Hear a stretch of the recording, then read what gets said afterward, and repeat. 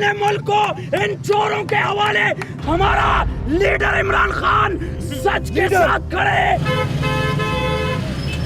So this is a very hectic entrance to Imran Khan's residency here in Lahore right now, and as you can see, there's a lot of people that have shown up.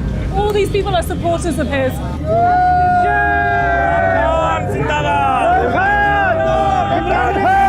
Why are you outside his house right now? Without the government, imported government has arrived here to arrest him. So you're protecting Imran Khan against arrest? Protecting Imran Khan. We are fighting for Imran Khan.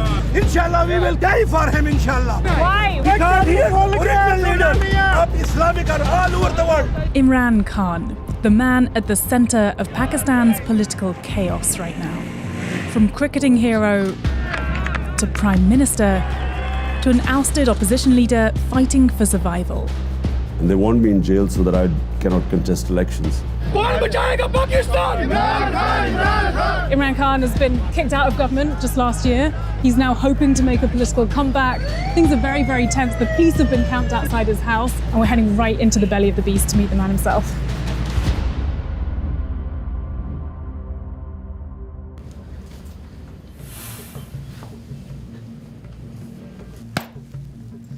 It is a very interesting time in Pakistan at the moment. Right outside your house, there's been police who came to try and arrest you just last night.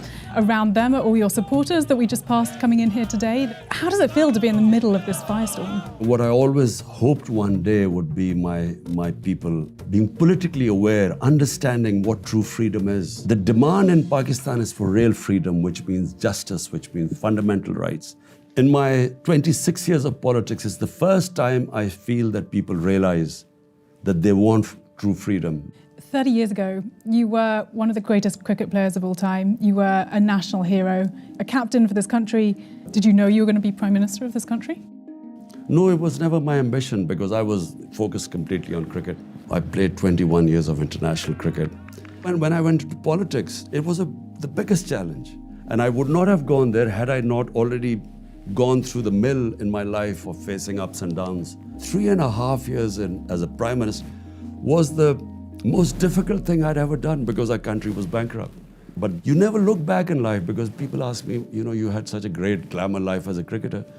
I look upon that life and, I don't even remember it. It means nothing to me. Really? There's not a tiny part of you that misses it? So many people will remember you from, being flashed across the Daily Mail. My mum's a big fan. You were a total babe magnet. You don't miss that life free of responsibility at all? Not even once have I ever missed that life. In fact, I don't even watch any cricket anymore. It is time for fresh faces to come into Pakistani politics. Since bursting into politics in 1996 and being elected Prime Minister in 2018, the challenges facing Imran Khan have been enormous. Just a few months back, Khan was leading a rally when he was shot 3 times in the leg. What was it like for you, knowing that someone is shooting at you? Well, I was expecting an attempt on my life, and I had predicted that for 2 months. When I heard the gunshots, I thought they were firecrackers. But then I had this awful feeling in my right leg. I had 3 bullets in my left leg, and one of them had broken my bone. But it also had damaged my nerve in my foot. But even when I was lying down, I thanked the Almighty because I knew I was saved. And what about now? I mean, are you scared? Well, the threat of assassination is probably even more now than before because the 3 people who I knew were responsible for this, they're still sitting in power. And they're probably more worried now than ever before because all indications are that whenever there are elections, my party is going to sweep the elections. Despite Khan's finger-pointing at the current government, there's no evidence that the ruling party was behind the assassination attempt. But they have pushed back the date for the next elections and filed dozens of legal cases against him, which is widely seen as an attempt to prevent him from running again. You are facing some very serious legal charges right now. There's a possibility that could lead to a prison sentence. The corruption cases against me, there's just one, what they're saying, when you get public gifts in Pakistan, they are saying that I sold one of the gifts. So I want a public hearing about this. I want this to be in public, covered by the media when this case comes to court. How would you handle prison? I survived an attempt. Really lucky to be alive. So, I mean, prison will be, I guess when it comes to it, I'll go to it. But if I don't fight for my country, who will? A few days after this interview was filmed, the violence escalated. One supporter was killed, and when the police unsuccessfully tried to arrest Khan at his home, 2 full days of chaos ensued. You're fighting for political survival. You are telling your people to go out on the streets, to march, to go to jail for you. You're calling for early elections. You say that your priority is economic and political stability. Do you ever think that if you were to step aside, if you were to let go, the government could get on with running the economy? If the current government was worried about economic stability, why did they conspire to remove our government? We only had 1.5 years left. So why? What was the hurry? The Prime Minister was about to be convicted. His sons were about to be convicted on billions of rupees of corruption. So the hurry was they didn't want to remove the government because there was a problem with the economy or they were worried about inflation. They wanted to remove the government because they wanted to get rid of the corruption cases, which they did. इंशाल्लाह corruption मेरा ये आपसे वादा है कि मैं आपको काबू करके दिखाऊंगा. You came into power promising to eradicate corruption within 6 months. You haven't done that. Corruption perception index worsened during your rule. The problem in Pakistan is that we have what is called elite capture. The ruling elite is above law.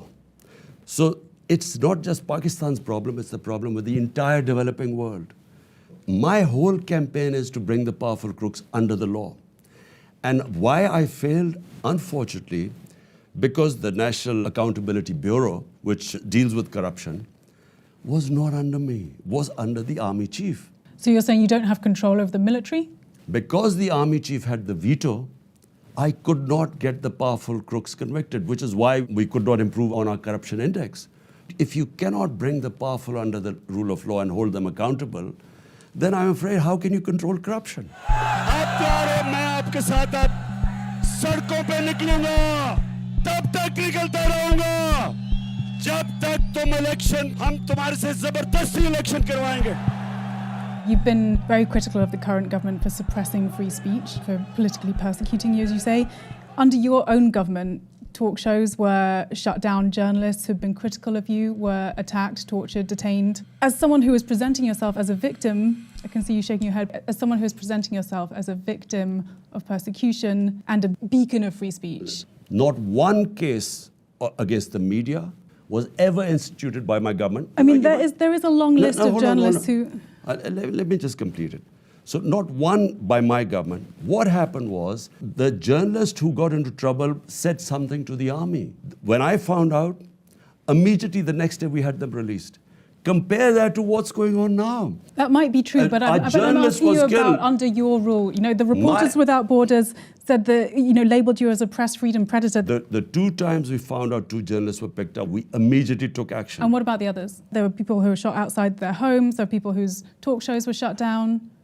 Talk shows was shut down only on 2 people who apparently said something against the army, not against my government. The army has ruled Pakistan for half the country's existence, and critics accuse them of still pulling the strings in the country's politics. You blame the military for many things. Why should people vote for you if you can't control the military? My responsibility was fighting corruption, but I did not have the authority on the institution that was supposed to be a tool to fight corruption, NAB, which was controlled by the army chief. Do you not feel like it needs to be dismantled in order to actually have a free and fair country, as you say? There needs to be a balance. No management system works if the Prime Minister has the responsibility, but he doesn't have the authority. Another force Khan has tried to find balance with is the Taliban. We must strengthen this current government, stabilize it, for the sake of the people of Afghanistan. Nicknamed Taliban Khan, he's known for his softer approach to the group. When the Taliban took Afghanistan, you noted that the Taliban had promised to uphold human rights and to form an inclusive government. It's been 2 years now, and the Taliban does not have an inclusive government. The human rights record is not looking good, especially for women's rights, as I'm sure you're aware. Is there any part of you that regrets a somewhat softer attitude towards the Taliban? You see, unfortunately, in the West, all you look upon Afghanistan is Taliban and anti-Taliban. We in Pakistan look upon Afghanistan as our neighbor, and after 40 years, for the first time, there's peace in Afghanistan. Now, what I said was the Western countries must get them into the mainstream. Because the more you mainstream them, the more influence you would have in enforcing human rights.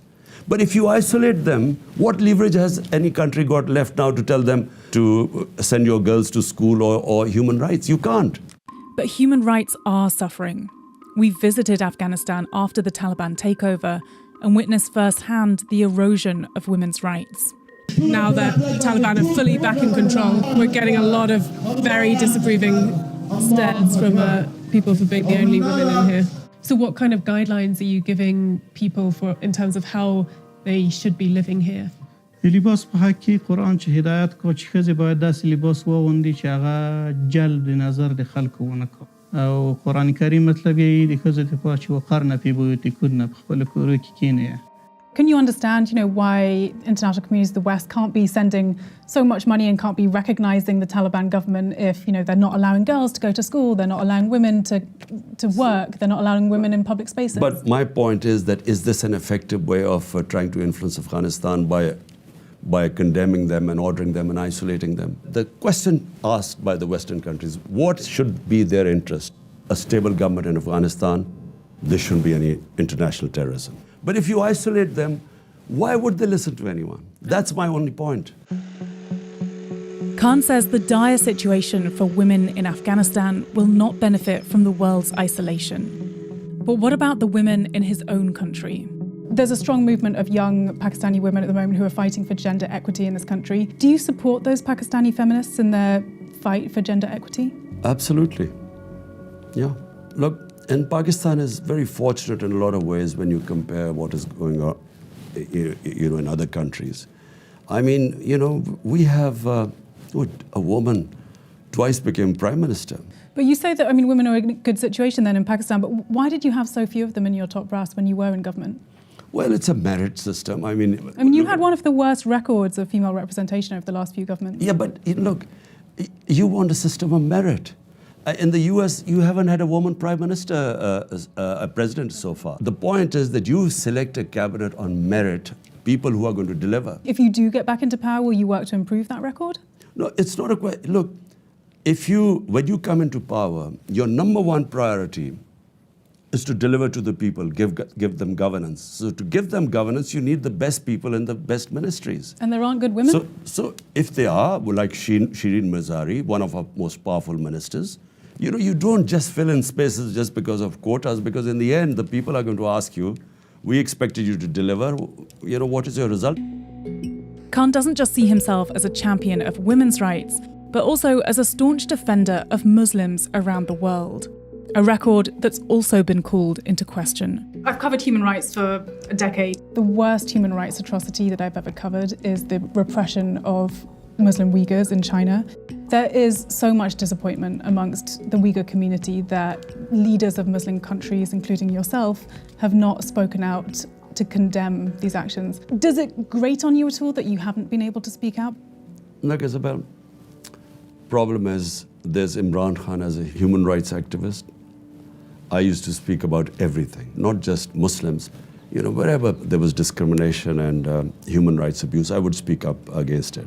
When you become the prime minister, your number one priority becomes, in my case, 220 million people of Pakistan. When that is your number one priority, then you have to be very careful. You don't have the luxury to criticize. Poor countries do not have the luxury to criticize when they have a huge amount of vulnerable people. Rich countries, unfortunately, they too are selective. But China isn't the only country Khan refuses to criticize. He happened to be visiting Russian President Vladimir Putin the very day he invaded Ukraine. What was Putin like that day? You got a front row seat to war breaking out and him literally launching war that day? The morning, just before, an hour before my meeting, we found that they had invaded Ukraine. So I first thought he might cancel the meeting. Then I thought it would be a brief meeting. I didn't think I would be sitting there for 3 hours. Did you bring it up with him? And he gave the Russian point of view.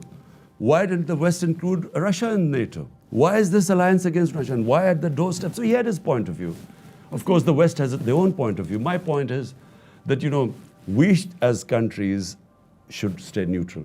We became part of the US war on terror. 80,000 Pakistanis were killed. Over $100 billion were lost to the economy. There were 400 drone attacks by the US on an ally in Pakistan. And what did we gain out of this? One lesson Pakistan has learned is stay out of other people's conflicts. कौन बचाएगा पाकिस्तान? इमरान खान, इमरान खान। कौन बचाएगा पाकिस्तान? इमरान खान, इमरान खान। कौन बचाएगा Pakistan? Are you enjoying this fight? Yes, because I think if I woke up and there was no challenge in my life, I would think it's the end of my life. So there's never a point you're going to step aside?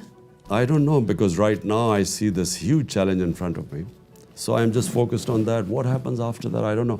Get Pakistan out of this quagmire is going to be probably the most phenomenal thing that anyone could ever do.